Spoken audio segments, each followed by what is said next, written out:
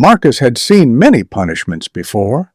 To him, it was just another day under Roman orders, another prisoner, another crowd, another long afternoon beneath the Jerusalem sun.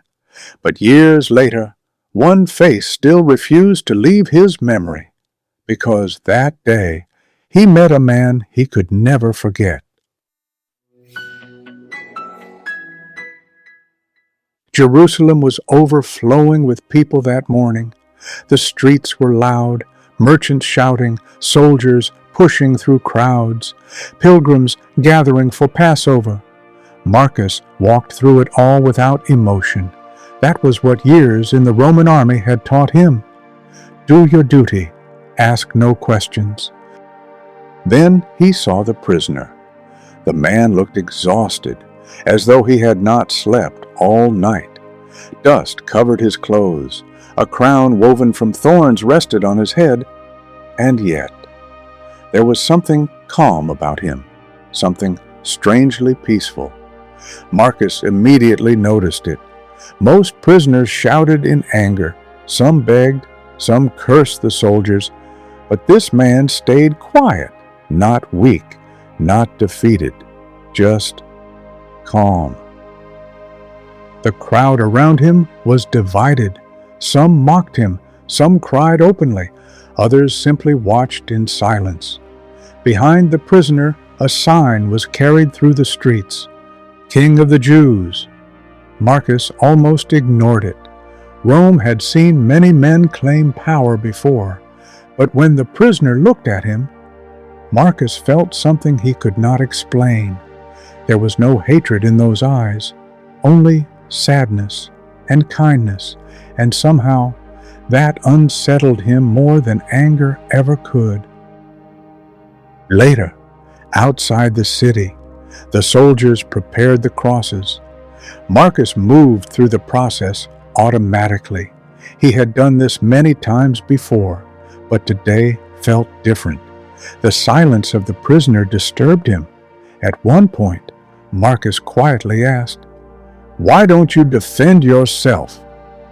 The man looked at him gently, but said nothing, and for a brief moment, Marcus felt exposed, as though this stranger could somehow see every regret he carried inside himself. Hours passed slowly. Dark clouds began covering the sky. The crowd became quieter. Even the soldiers stopped joking among themselves. Something about the atmosphere felt heavy, still, almost sacred.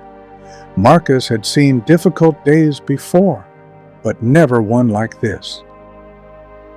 The prisoner spoke only a few times, never with anger, never with bitterness, only compassion. Even now, he seemed more concerned about others than himself. Marcus could not understand it. Who was this man? How could someone face suffering with such peace?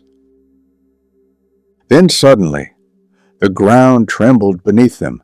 People cried out in fear. Voices echoed across the hill. Marcus steadied himself and looked toward the cross once more. And in that moment, something inside him changed.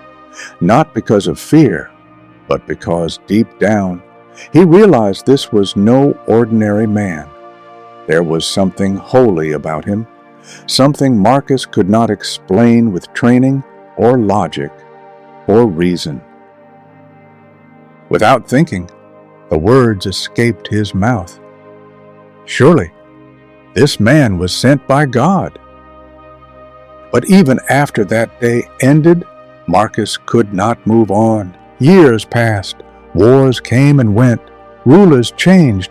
Life continued.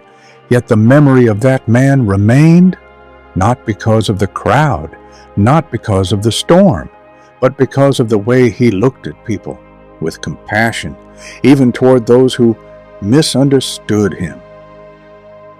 But even after that day ended, Marcus could not move on. Years passed. Then rumors began spreading through Jerusalem.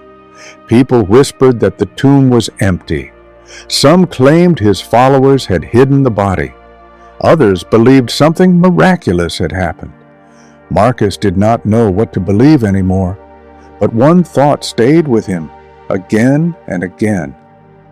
What if death was not the end for him? As Marcus grew older, he often remembered that day, not with fear, but with longing, because for the first time in his life, he had met someone whose kindness felt stronger than hatred, and maybe that was why he could never forget him.